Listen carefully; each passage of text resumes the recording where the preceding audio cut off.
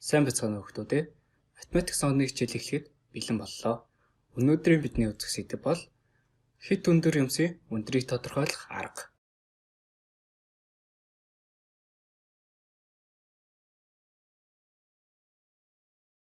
Бид өөрсдийн өндрийг хэмжиж болдог. Дэлгэцэнд харагдаж буй охин нь өөрийн өндрийг хэмжиж чадаж байна. Түүний өндөр нь 125 см. Мөн өөрийн тижээдэг нохой өндрийг метрийн шугам бариад хэмжиж болно. Нохойны өндөр нь 56 см.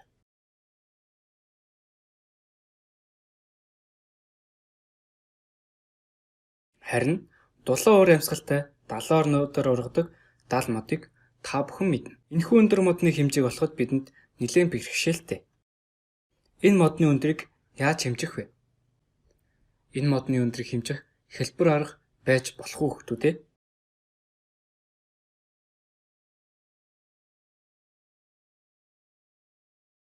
Мөн Парис хотын Эйфелийн цамхгийн өндрийг хэмжин гэдэг бүцэшгүй зүйл биш үү? Эдгээр асуултад хариулт өгье. Иймээс дараах тайлбарыг анхааралтай үзээрэй. Бидэнд янз бүрийн өндөртэй шилэн савнууд харагдаж байна. Эдгээр шилэн савны өргөнийг нь хэмжиж үзье. Эхний шилэн сав нь 2 см өргөнтэй. Дараагийн шилэн сав мөн адил 2 см өргөнтэй байна.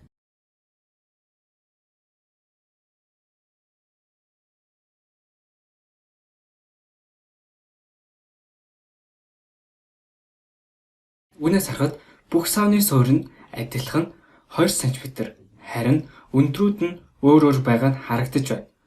3 дугаар савны өндрийг шугамар хэмжиж үзье. 3 дугаар савны өндөр нь 7 см болж байна. Бусад савны өндрийг шугам ашиглалгүйгээр олъё. Өндрийг олохын тулд шилэн савнуудад ус дүүргэж хий.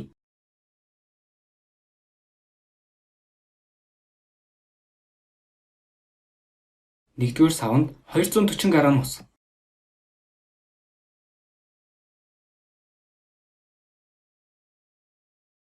Хоёрдугаар савнд 540 г ус.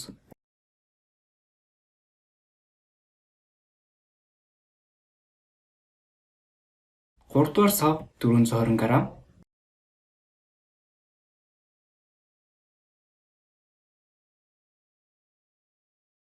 Дөрөвдүгээр савнд 900 г хэмжээтэй ус орлоо. Савнд байгаа усны хэмжээг савны өндөр болох 7-д хуваавал 1 см дагуулгадах усны сэлгүүн нь гарна. Иймээс 420-ыг 7-д хуваахад 60 г болж байна. Энэхүү харьцаа нь бусад савнуудтай ижил хэмжээтэй тул эдгээр савнуудын хэмжээг олъё. 2-р сав маань 9 см өндөртэй. 1-р сав нь 4 см өндөртэй. Хамгийн өндөр буюу 4-р сав нь 15 см-ийн өндөртэй юм байна. Өвлийн улиралд гацуур мод инхүү харагдаж байна. Үүнээс хамгийн өндөр модны өндрийг олоорой гэсэн даалгавар өгөгдөжээ. Харин бидэнд аливаа юмсын уртыг хэмжих тууцан метр байна. Эдгээр модны оройд гарч унахаас болгоомжлон мод руу авирахгүйгээр өгөгдсөн нөхцөл байдалд дүгнэлт хийгээд сүдрүүдийг нь хэмжиж олно. Модны сүдрийг хэмжээд тэмдэглэе.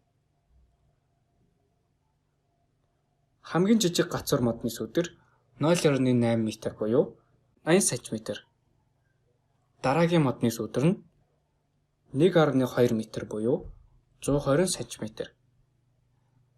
Харин 3 дахь модны сүдэр нь 1.6 м буюу 160 см.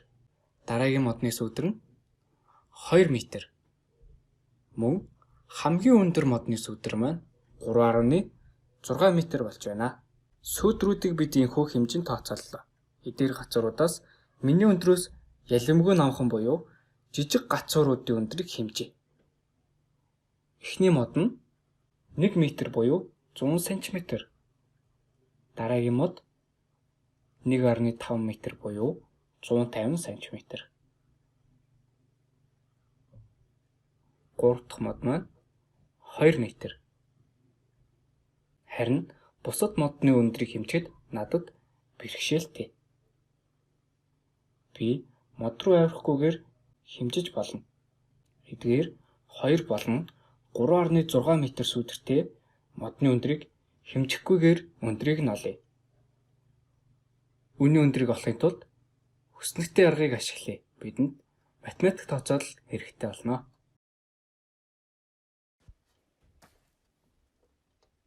Эхний мөрөнд гацуур моднуудыг намхнаас нь өндөр рүү хөндлөн 1, 2, 3, 4, 5 гэж тэмдэглэе. Хоёр дахь мөрөнд сүүдрийн уртыг харгалзуулан бичье. Сайтар ажиглаарай хүүхдүүдээ. Эхний модны сүүдрийн урт 0.8 м. Хоёр дахь модны сүүдрийн урт нь 1.2 м. Гурав дахь модны сүүдрийн урт 1.6 м. Дөрөв дахь модны сүүдрийн урт нь 2 м. Харин хамгийн өндөр модны сүүдрийн урт нь 3.6 м. Гурав дахь мөрөнд гацуур модны өндрийн хэмжээг нөхөж бичье.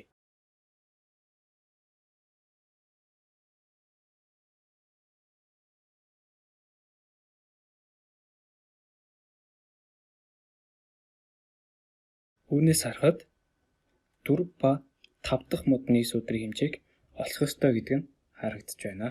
Гацуур модны сүүдрийн уртыг багаас нь их рүү ирэмтлэн бичиж зүй тогтлыг сайтар ажиглая хүүхдүүдээ. Ийхүү зүй тогтлыг ажиллахад эхний модноос дараагийн модны сүүдэр 0.4 м-ээр их байна. Энэ зүй тогтол эхний 4 модон дээр л давтагдаж байна. Харин 4 дахь модноос 5 дахь модны сүүдэр 0.4-өөс 4 дахин урт буюу 1.6 м байгааг сайн ажиглаарай хүүхдүүдээ.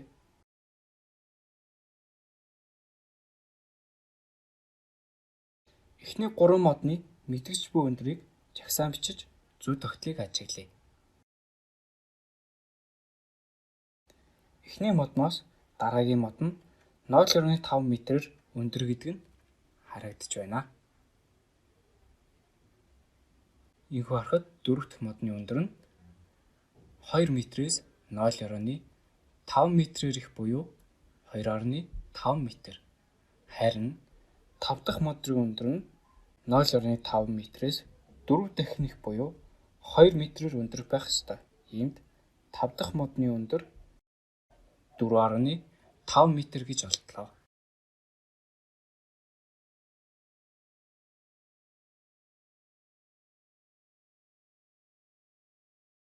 Эсвэл дараах аргаар моднуудын өндрийг олж болно. 1 м өндөртэй модны сүүдэр 0.8 м. Харин 3.6 м сүүдэртэй модны өндрийн хэмжээ хэдвэ хэмээн пропорцлон олж болно. Үүний хариуг харцгаая.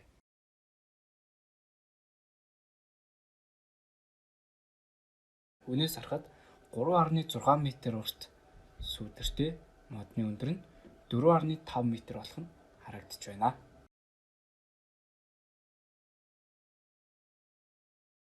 Бид аливаа асуудлыг шийдвэрлэж сурахын тулд математикийн хичээлийг үзэж судалдаг. Дараах бодлогуудыг бие дааж одоорой хүүхдүүдээ. Шар, ягаан, улаан, цэнхэр өнгийн барилгуудын хэмжээг ол.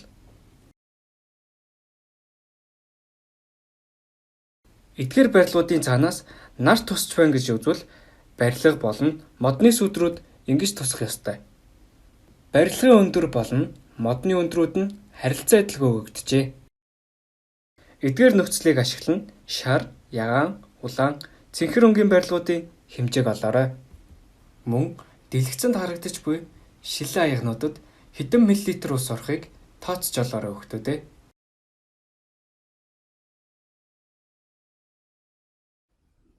Гэрийн даалгавар. Өөрийнхөө амьдралын орчны хамгийн өндөр барилгын хэмжээг математик аргаар тооцож олоорой.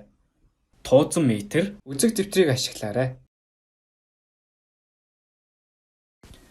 Бодлого 2. Ижил суурь бүхий параллел пивот хэлбэрийн 4 шилэн сав өгдөв. хамгийн том савнд хэдэн грамм мэлс орох вэ? Савтус бүрийн суурин нийжил боловч өндөр нь харьцангуй өөр гэдэг нь харагдаж байна. Эхний савнд 9 кг мэлс орсон бол бусад савнд хэдэн грамм мэлс орох вэ?